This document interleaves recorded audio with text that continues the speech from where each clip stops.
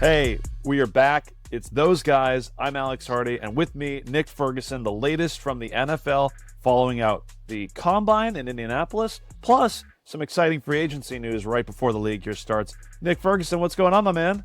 Nothing much, man. Another glorious day. Another glorious day, especially if you are a Tampa Bay Buccaneers fan. Mike Evans is staying on a 2-year, $52 million contract extension, one that I think is in line with what the market was kind of willing to bear out. He's going to be entering his age 31 season, but a guy coming off an NFL record 10 straight 1,000-yard seasons, led the NFL, 13 touchdowns last year. But moving forward, maybe he could have expected a larger deal out on the market, but at the same time, the Buccaneers look like they're going to be running it back, and maybe that points to Baker Mayfield staying in Tampa as well. Well, during the free agent period, that's always kind of the idea that a guy hits the market and he's looking for a larger bag. But in this case, with Mike Evans, you just said it, 10 years in the same place. And the Buccaneers were the team that drafted, Mike Evans, I think seventh overall, coming out of Texas A&M. And you think about the familiarity with the particular city, town, and the coaches that he's got to know from an offensive standpoint. And finally, after Brady, the question was like, okay, what was going to happen with the Buccaneers at the quarterback position?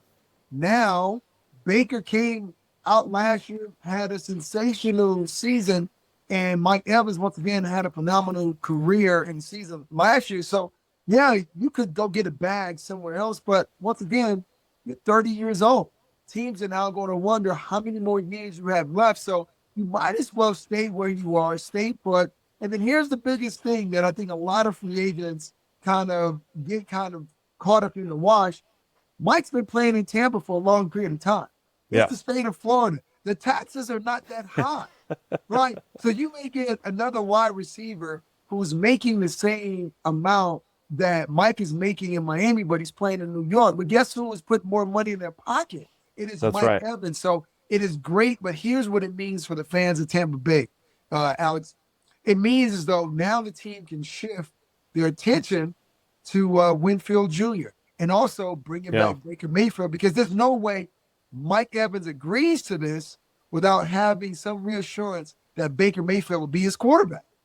That's right. And it seemingly, the priority, they were coming in the Buccaneers with about 44 million in cap space. I don't know if it's a priority or just order of operations. They took care of their longest tenured veteran. Winfield is arguably one of the best players at the safety position, which I'm thrilled to break down with you as this offseason continues, plus the quarterback situation. But getting Evans first is a sign that they're valuing their guys in-house and, most importantly, not letting them test the free agent market. So we'll see how that bears for Baker Mayfield and for the Buccaneers as a whole, because Dave Canales, who is kind of the key to that play calling, is now in their division rivals with Carolina. So they bring in a first-time NFL OC and Liam Cohen.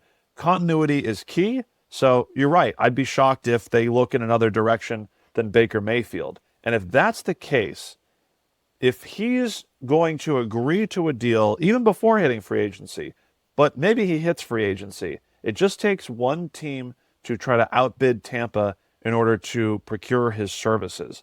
And we'll get to the actual participants in the NFL Combine in Indianapolis, but reading the tea leaves and reporting from Diana Rossini of The Athletic and Adam Schefter of ESPN and Ian Rappaport of the NFL Network, there's growing sentiment that Baker was one of those guys in free agency that is drawing interest, but not coveted as quite as Kirk Cousins. The 35-year-old coming off an Achilles surgery is garnering the most interest out of any veteran quarterback for teams that have to weigh the decision on the veteran quarterback route versus taking one of those top signal callers in April's draft. Well, the reason individuals are looking that way around the league and eyeing Kirk Cousins, because you mentioned the experience. I mean, we've seen Kirk Cousins put up a lot of yards, and those coaching on the opposite side of the ball, that's what they want to do, because it's become somewhat of an arms race. Here's my only knock on Kirk Cousins, Alex, is that while he may be a great fantasy quarterback. He might help you win your fantasy league. Mm-hmm. He's not helping you in a really weird world where games really truly count and coaches get fired or hired based on that outcome. So I see why there's a lure and attraction to Kirk Cousins. But other than that, I really don't, because once again, you got a guy who wasn't very mobile before he got injured. Now he's Right. coming off an injury. When will he be back? When will he be at his highest of the game? And then you still need to have someone in waiting just in case there's any kind of setbacks. The one thing that the younger quarterbacks provide for you, one is youth, and they may have a little inexperience, but then it's the price tag that comes Right. along with it. See, that's where I'm thinking from an economic standpoint, right? That, listen, I'll get that young guy. We may suffer through 1 or 2 years, but if we put talent around him, that guy would be a quality performer for me. But what has Kirk done in his time in the NFL other than putting up great fantasy numbers? Kirk is unique in the perspective of, you talk about the compensation for him, right? The fully guaranteed contracts. He's throughout his NFL career amassed $230 million. And so you could make the argument that, hey, if the Vikings want to run it back, like the way that it appears the Buccaneers are starting to do, maybe he'll take a hometown discount. His kids his kids are comfortable there. They've been there a long time.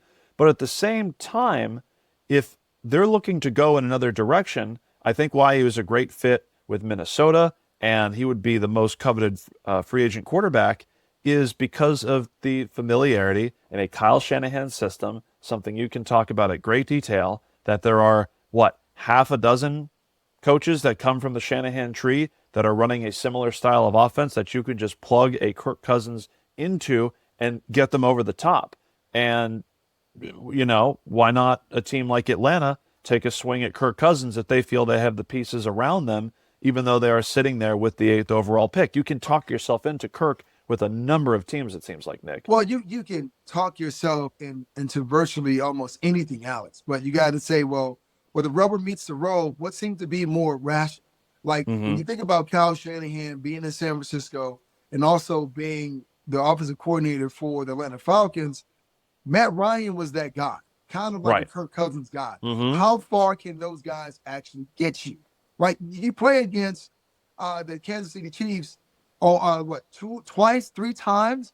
One with, once with Brock Purdy, another with Jimmy Garoppolo, and you lost to him every single time. So the idea, you got to try something out different. Kyle tried to, selecting Trey Lance, but we never really got a chance to see Trey because of his injury. The one thing that is a glaring thing for me, look around the NFL and look to see how many mobile quarterbacks that you have within the NFC and the AFC, and ask yourself, can you be a void of talent in that particular area? And I say no. Granted, a guy like Kirk Cousins gave you some leeway and keeps you in some of the games. But it comes down to, can they win you the big one? And right now, that's not happening. So I don't see this love affair with Kirk Cousins going too well. Well, it's coming at the expense of potentially Justin Fields. Now, the sentiment coming from Indianapolis from those, that same in-depth reporting is that if the Bears are keeping that first overall pick and selecting their signal caller, we can say Caleb Williams or Jaden Daniels or Drake May. Odds are it's Caleb Williams. That means that Justin Fields, his potential destination, the spots are kind of drying up, right? Because if they want a veteran signal caller that is ready to go, that has been a proven winner, it seems that Justin Fields isn't necessarily being prioritized in the way that we could have imagined. And I'm not sure that just because he started in Chicago doesn't mean that he gets the kind of trade package that, is really enticing for the Bears. So maybe there's a route where, again, the Bears want to do their due diligence on this quarterback class. And just like a year ago, they were ready to trade that first overall pick before free agency started. They want to move quickly. They may have to sell 75 cents on the dollar for Justin Fields, who you believe is still a dynamic player. Yeah, I still believe that. Just kind of look at what he's been able to do. And I know the numbers don't really show it depending on where you look at it. But if you were really able to put his numbers right next to Lamar Jackson, a guy who 2-time MVP, you will see some of those numbers are quite similar. Just kind of No. round I about don't going know. at it. If you I look don't know, at Nick. touchdown to interception ratio over the past, let's say, 20 games. Lamar has 28 touchdowns, 6 or 8 interceptions. You look at Justin Fields, he may have around 23 touchdowns and may have 13 or 14 interceptions. But when you look at their ability to run, what they're able to do with the ball in their hands, I mean, both quarterbacks are dynamic. And to kind of defend Justin Fields just a little more, it's almost like he suffers from what every single quarterback that's been drafted in the first round by the Bears have gone through. They haven't received patience or supporting cast. So how do you know what a guy can do if you don't really give him support? So with that first round pick from Ryan Poles, I move back. You already have the number first round pick at number 9. You move back, you can get maybe another first, a second in 2024, 2025. You keep Fields, you build your defense, and you add another offensive weapon opposite DJ Moore. Now, would you like Marvin Harrison Jr.? Of course. But if you can't get him, you can get Roma Dunze. So there are options out there. There's Xavier Worthy. So there's options. We'll get to that. Yeah, but I know this whole thing around this year is centered around quarterback. And what Ryan Poles has to think about is, look, if we get rid of Fields now, we don't have to worry about his 5th-year option. We are able to reset our quarterback market by drafting a young guy, and we get a 5th-year option. The problem with that philosophy is you haven't really built around it. That's the problem. Well, you think they can build around them with that 9th pick, just like you'd make the argument for Fields. And if they get a day 2 pick, if that's a second, potentially a 3rd rounder, as the discussion is going on, then you just kind of have to see and maybe extrapolate how Caleb Williams was performing with an awful USC team a year ago. You point to the numbers dipping, and it comes back to the same argument, supporting cast. Now, the quarterback class, let's transition from the veterans to the news that was going on in Indy compared to the actual participants there. You started to get into the wide receivers, and they seem to have absolutely stolen all of the buzz from the combine. Xavier Worthy, you mentioned, a record 4.21 40-yard dash at 165 pounds. It's great because now we have so much data. We do things in context, right? Is it more impressive that he runs the fastest 40-yard dash ever, or that his teammate, A.D. Mitchell, ran a 4.34, weighing almost 40 more pounds than Worthy does, listed 6'2", 205.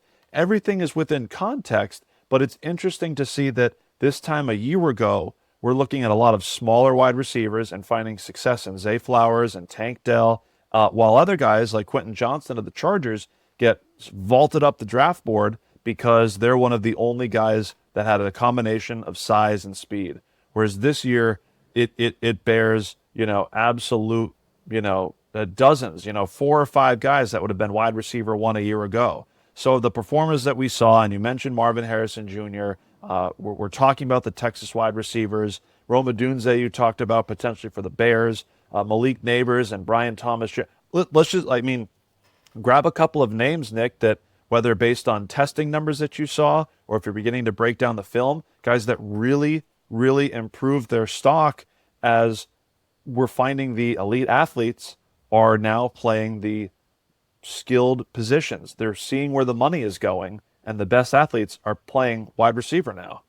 Well, this made watching the combine this past week and watching so many guys perform well, whether they were at 165 or 220 pounds, what it does in my mind, it could change the way that the draft actually kind of falls through, because everyone has their mock drafts and they have certain teams selecting at certain points.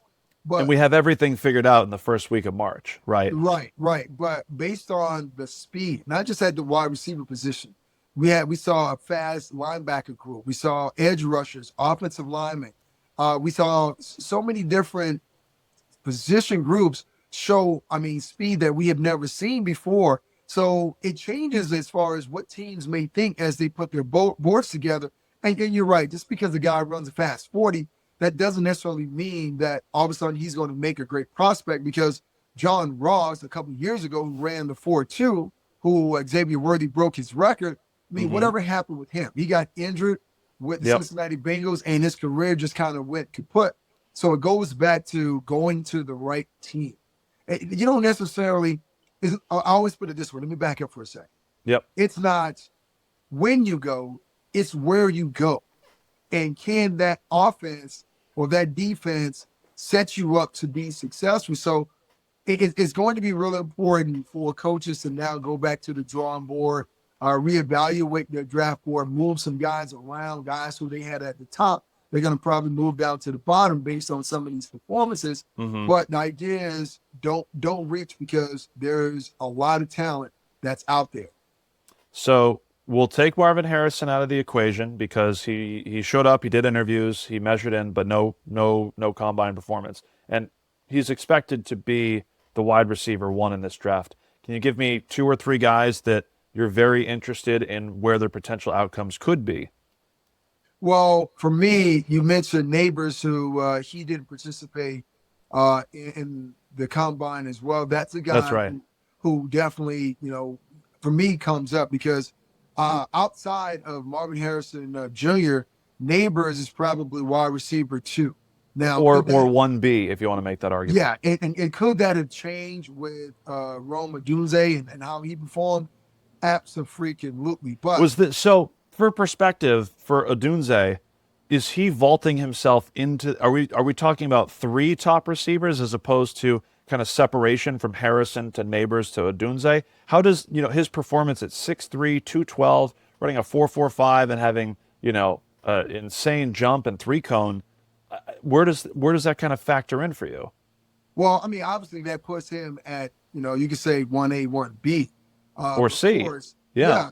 And listen, there are a lot of guys who perform well at the wide receiver position, and they were benefactors of Neighbors and Marvin Harrison Jr. not performing, because these guys were considered, I'm not going to say third tier, second tier, but no one was really talking about them as they were talking about Neighbors and Marvin Harrison Jr. But now the conversation has now changed. Now, Neighbors and Marvin Harrison Jr., they have to have exceptional pro days. Like Odunze can say, you know what? I'm not going to run the 40 again.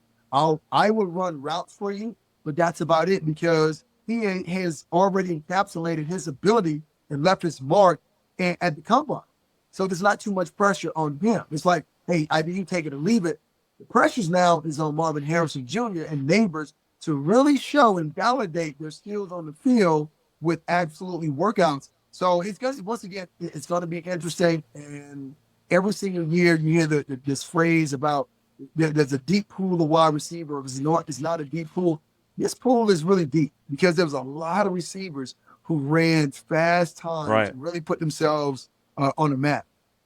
We'll be looking back at this class in particular, not just because of the talent, but we have a lot of 5th and 6th year players due to the COVID season. And this will bear out in the next draft as well, where we just have what seems to be a larger pool of talent based on the issues in 2020 and 21 with the seasons kind of being turned upside down. So I'm excited to see how this bears out.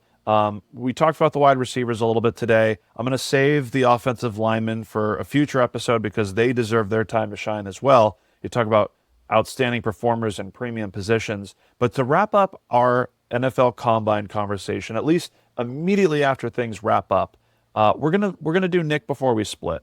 And Nick Ferguson, you were right here on those guys, this podcast right here, talking about the criticism for Drake May not participating in the throwing drills, just showing up, interviewing, and getting measured.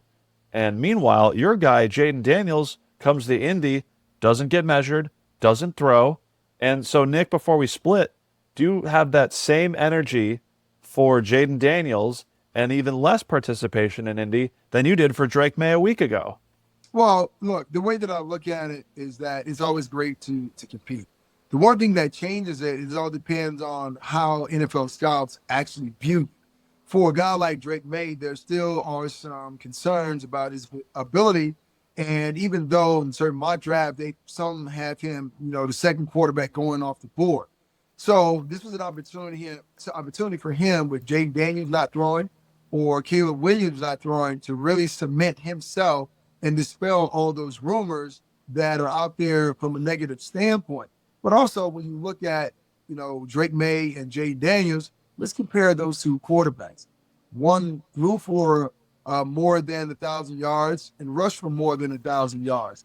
And one went from ASU, Pac-12 to SEC and really balled out. And SEC is considered by most as the top conference in the NFL and just a tier below the NFL. So if Jaden Daniels can do that against superior competition, and you look at Drake May playing in the ACC, which I'm quite familiar with, Sure. based on the Go perceptions, Yellow Jackets. yes, you're going to look at, Jay Daniels and give him more value. And then also, he won the freaking Heisman, right? So with that guy, there's a little cachet that comes with it. But here's what I love about what Jaden Daniels said, why he didn't participate.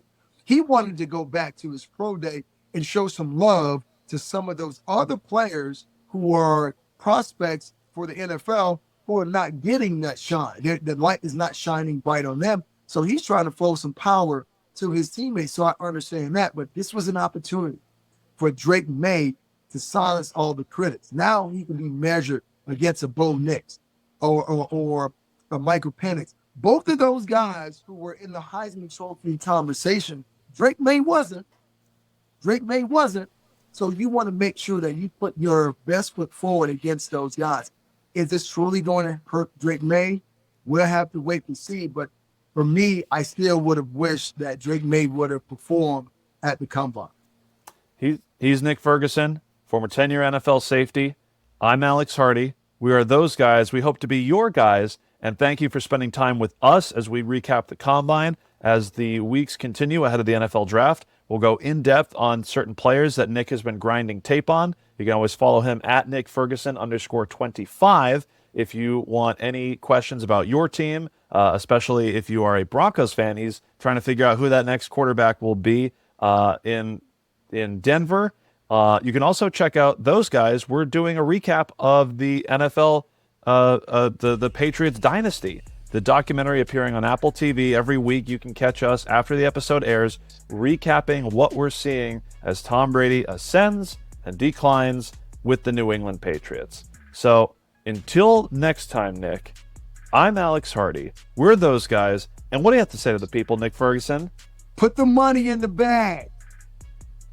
In the bag. All right, peace.